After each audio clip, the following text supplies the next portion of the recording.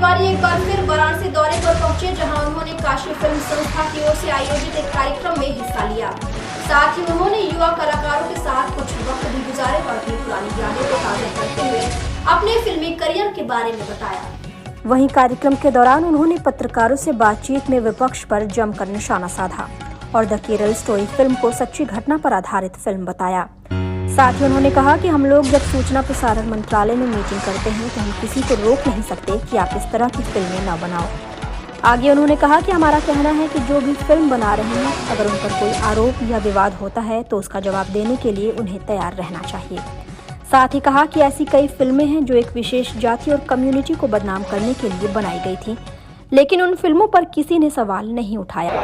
नहीं, चूँकि मैं पहली बार देख रहा हूँ कि काशी में फिल्म संस्था एक खड़ी हो रही है। काशी फिल्म संस्था आजकल जिस प्रकार से म्यूजिक कंपनीज़ हैं, फिल्म प्रोड्यूसर्स हैं, अलग अलग संस्थाएं हैं जो बच्चों से काम लेती हैं, तो कई रेगुलेशंस हैं। मैं आईएनबी का भी मेंबर हूँ, तो हम पूरे वेब सीरीज़ से लेके और देश के सिनेमा सेंसर बोर्ड से लेके सब कुछ हम लोग नियंत्रित इस ढंग से करना चाहते हैं जहां सिनेमा को और फ़ायदा हो। और ऐसे में अगर हम काशी फिल्म संस्था से के साथ नहीं जुड़ेंगे तो कहाँ जुड़ेंगे। हमारा जन्म यहाँ हुआ है, हम यहीं गलियों से गाना सीखे हैं, यहीं से फिल्म किया हमने, तो हम ये भी जानते हैं कि एक छोटा सा मौका कितना बड़ा हो सकता है जीवन में। तो इसलिए मैंने बच्चों को थोड़ी सहायता दी और ये मैं तो करता ही रहूँगा, क्योंकि ये लोग इतने साथ एक साथ आए हैं, तो हम काशी के भी लोगों से चाहेंगे कि सबको ही को CSR करना होता है। अगर किसी का मन करे कि हम फिल्म टैलेंट्स को थोड़ा सा सपोर्ट करने के लिए CSR करें, तो वो भी ऐसी संस्थाओं को जरूर करना चाहिए। फिल्मों की बात चलिए तो जिस तरह से अब फिल्में बन रही हैं, काफ़ी कुछ सच्ची घटनाओं पर फिल्में बन रही, जिसे सराहा भी जा रहा है। पहले की जो फिल्में थी वो कहीं ना कहीं एक पक्ष को, एक धर्म को केंद्रित होकर बनाई जाती थी। अभी का केरल फिल्म स्टोरी आई है, इसको लेकर तमाम बवाल मचा हुआ है। कांग्रेस इसका लगातार विरोध कर रही है, सुप्रीम कोर्ट तक गई, लेकिन सुप्रीम कोर्ट ने भी झटका दे दिया और कहा फिल्म चलने लायक है, इसको चलेगा। देखिए, मैं आपको बताऊं कि जब हम लोग भी आईएनबी की मीटिंग करते हैं, सूचना प्रसारण मंत्रालय की, तो किसी को हम इसलिए नहीं रोक सकते कि ये इस विषय पे फिल्म बनाओ मत।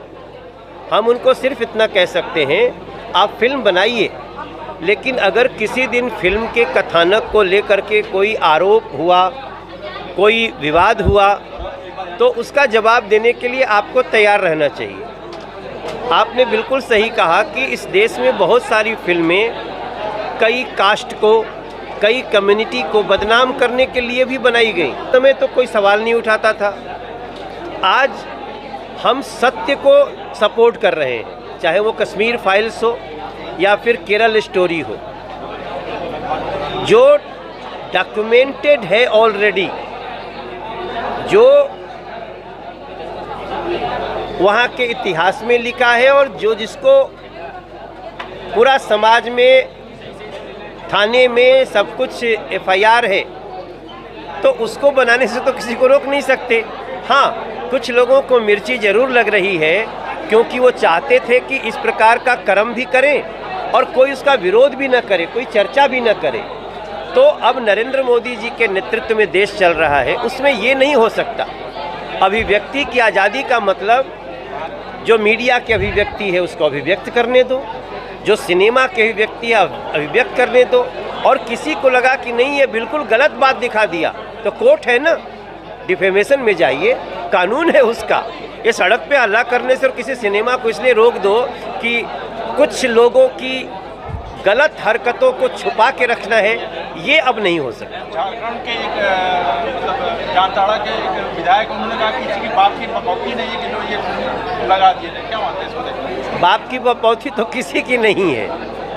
उनको मैं बता दूं कि जो भी सज्जन ऐसा कह रहे हों, सज्जन हो या दुर्जन हो, बाप की बपौती किसी के नहीं है, संविधान की बपौती सबकी है। और संविधान के तहत जो भी हो रहा है किसी का बाप उसको रोक नहीं सकता। एक सवाल, नगर निकाय चुनाव हो रहा है, दूसरे चरण का मतदान 11 तारीख को हो रहा है, क्या कहना चाहेंगे? जबकि पहले चरण में स्थिति ये रही कि मात्र 40% वाराणसी में पड़ा कि प्रधानमंत्री का सफल। देखिए, ये चिंता का विषय है।